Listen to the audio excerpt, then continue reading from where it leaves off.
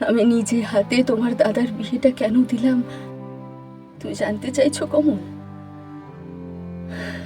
আমি কে কমল? একবার যাও, তোমার দাদার ঘরে গিয়ে দেখে এসো। তার আনন্দে ভরা মুখখানি একটিবার দেখে এসো। তারই সুখী মুখটাই যদি দেখতে পারি তবেই তো আমার আমার জীবনের সার্থকতা। স্বামীর পায়ে কাটা ফুটলে মনে হতো কেন নিজের বুকটা সেখানে পেতে দিলাম না। আজ তিনি যদি কুন্দকে বেশ সুখী থাকেন তাহলে তাহলে আমার থেকে বেশি সুখী তো এই পৃথিবীতে আর কেউ হবে না কমল, কেউ না।